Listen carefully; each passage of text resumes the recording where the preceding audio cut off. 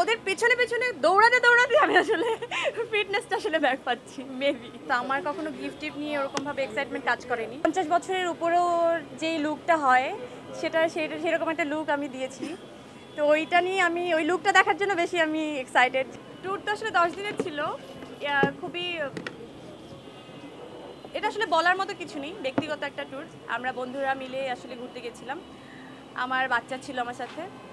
তো এই তো একটা নতুন একটা অভিজ্ঞতা নিয়ে ফিরলাম যে বন্ধুরা একসাথে দূরে গেলে কেমন লাগে। তো 3-4 দিন তো বৃষ্টি ছিল, আমরা কিছু মানে ঘুরতে পারিনি ওভাবে।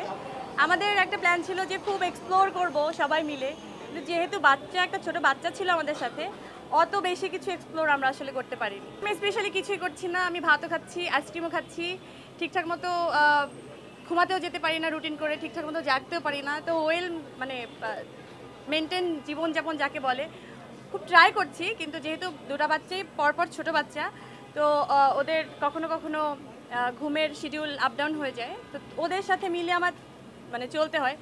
বেসিক্যালি ওদের পেছনে পেছনে দৌড়াতে দৌড়াতে আমি আসলে ফিটনেসটা আসলে ব্যাক পাচ্ছি মেবি।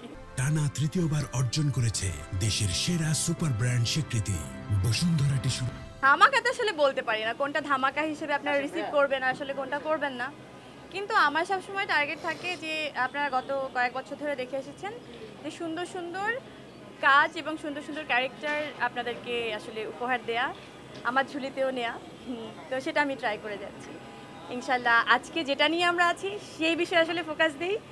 আমরা যখন কাজ নিয়ে কথা বলবো সামনে, আমি যখন মালয়েশিয়াতে, তখন দেখলাম সবাই আমার ইনবক্সে সবাই নিউজ পাঠাচ্ছেন যে কি ডোডোর গল্প রিলিজ হচ্ছে। তো এটা আমার জন্য খুবই এক্সাইটিং একটা ব্যাপার যে আপনারা সবাই এই বিষয়টা নিয়ে অনেক এক্সাইটমেন্টটা দেখাচ্ছেন।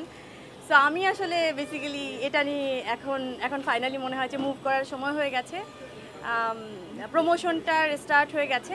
তো প্রমোশনটা যে আপনাদের হাত ধরে হয়েছে, এটা সব থেকে অনেক একটা দারুণ ব্যাপার আমার জন্য। না, আমার বাচ্চা গিফট নিয়ে অনেক বেশি এক্সাইটেড থাকে, কিন্তু আমার কখনো গিফট টিফট নিয়ে ওরকমভাবে এক্সাইটমেন্ট কাজ করেনি।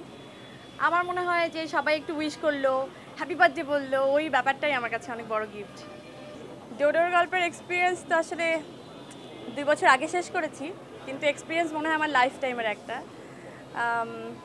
এটা একটা বয়সের একটা জার্নি দেখানো হয়েছে, একদম টিনেজ বয়স থেকে আমি মনে হয় 50 বছরের উপরেও যেই লুকটা হয় সেরকম একটা লুক আমি দিয়েছি।